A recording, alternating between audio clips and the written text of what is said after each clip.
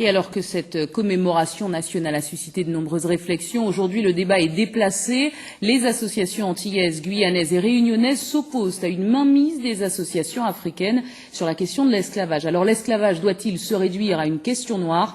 Réponse avec Laurence Théatin et Frédéric Onicotra. L'Afrique a une souffrance par rapport à l'esclavage, je le comprends. Mais elle doit se poser la question, comment a-t-elle fait pendant 3 à 4 siècles pour que autant de millions d'êtres aient pu être arrachés alors qu'elle n'était pas colonie européenne? Antillais, Guyanais, Réunionnais et Africains, même combat? Non, disent les associations domiennes. À l'heure où la question noire est mise sur le devant de la scène, elles refusent d'être regroupées en fonction de la couleur de leur peau. Elles dénoncent une récupération de la question de l'esclavage par le CRAN et les associations panafricaines. Je pense qu'il existe une tentative d'OPA, de la mémoire des descendants d'esclaves, par des forces afrocentristes en France.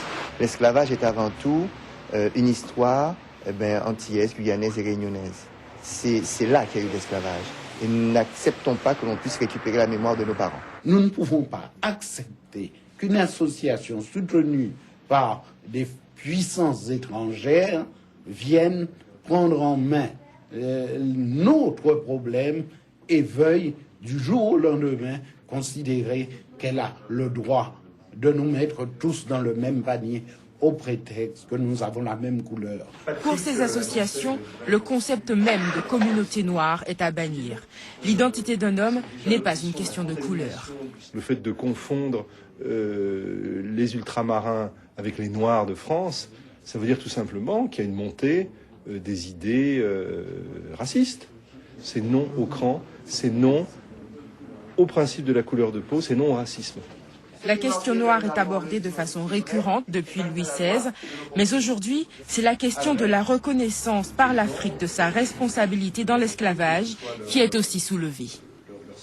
Alors Milka Valentin-Imbert, dans ce reportage, il était effectivement question de couleur et de traits physiques. Alors dans votre étude justement, vous parlez des stigmates laissés par cette période esclavagiste. Qu'entendez-vous par là?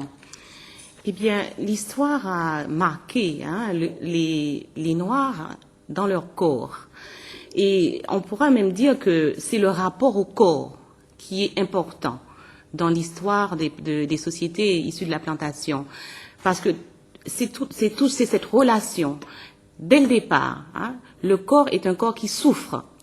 Quand on commence la capture, ensuite quand on fait la traversée, quand on arrive sur les îles, et le rapport qui s'établit entre le maître et l'esclave est uniquement centré sur le corps. Et aujourd'hui, vous dites qu'il reste des stigmates. Alors, physiquement, que reste-t-il Physiquement, il y a premièrement un déni de soi. On ne veut pas se reconnaître noir, on ne veut pas accepter ses traits somatiques, on ne veut pas accepter ses cheveux, on refuse systématiquement de se sentir, on ne se sent pas bien dans sa peau, et c'est pour ça qu'on essaie de se transformer, de se défriser, par exemple, de s'éclaircir la peau, etc., de se transformer le nez ou les lèvres, et donc ça traduit effectivement un malaise et un mal-être. Et effectivement, il faut absolument retrouver cette image, retrouver une image qui serait l'image normale, une image digne que l'on a de soi-même. Alors sortir de ce processus, ça voudrait dire accepter notre histoire et peut-être l'apprendre avant tout aussi. Absolument, l'apprendre et la connaître, parce que je pense que le problème est le suivant. Si on ne connaît pas son histoire, si on ne connaît pas les origines de ces stigmates, on ne peut pas travailler sur eux, on ne peut pas les modifier, on ne peut pas démystifier ni démythifier. Et là, tout passe par la connaissance, d'abord. Et c'est pour ça qu'il faut à tout prix apprendre l'histoire. Il faut apprendre aussi les mécanismes et ne pas forcément tomber dans l'excès en parlant d'aliénation totale sans comprendre effectivement ce que cela signifie. L'aliénation n'est pas quelque chose de voulu et de désiré, c'est quelque chose qui est imposé par un système.